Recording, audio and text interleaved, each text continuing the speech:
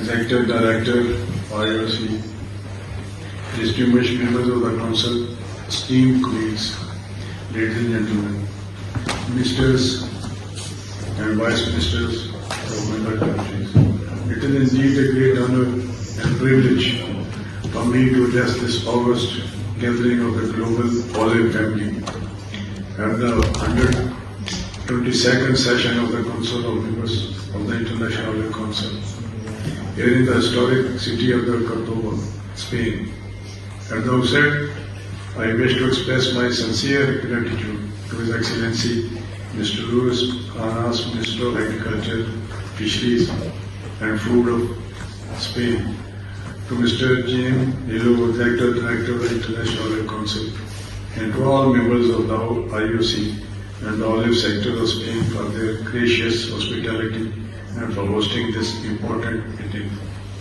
I would also like to extend my appreciation to Mr. Hilo and Mr. Jangir, the President of the Council and the representative of Turkey, for their kind and encouraging words about the olive sector of Pakistan during the virtual session held on 11th November 2025.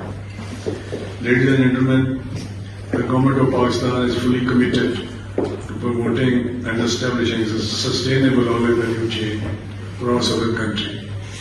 This initiative is driven by two primary objectives. First, to reduce our dependence on imported edible oils, and second, to uplift our rural communities by generating new livelihoods through olive cultivation, processing and value addition. Pakistan is naturally blessed with millions of wild olive trees and nearly 1 million acres of marginal and low productive land, much of which is not currently under cultivation. Recognizing this immense potential, the government has launched a comprehensive program to bring such land under olive cultivation. Over the past decade, around 50,000 acres have been successfully brought under olive plantation. Excellencies, our national olive program is not merely an agricultural initiative. It is a multi-dimensional development effort. It contributes significantly to climate change mitigation, prevention of land degradation and desertification, agricultural diversification, and the strengthening of our rural economy. To support this vision, Pakistan has established 51 olive extraction units of various capacities, 6 fruit processing facilities, 5 weather stations, 14 nurseries, 4 olive oil quality laboratories, including the sensory and evaluation lab. In addition, thousands of women and youth have been trained across different segments of the olive value chain. I am also proud to share that over 19 entrepreneurs have now established olive-based startups in Pakistan, creating meaningful livelihood and strengthening local economies.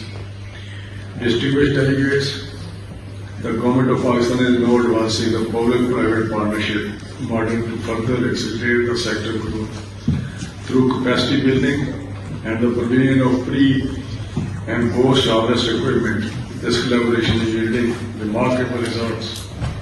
A recent milestone of which we are especially proud is that our startup brand, Hello Lorelei Olives, won a silver award at the prestigious New York Olive Oil Quality Competition. This international recognition is a testament to the quality, potential and promise of Pakistan olive sector. To ensure the long-term sustainability and effective governance of this growing industry, the Government of Pakistan has formulated the Olive Value Chain Policy 2030.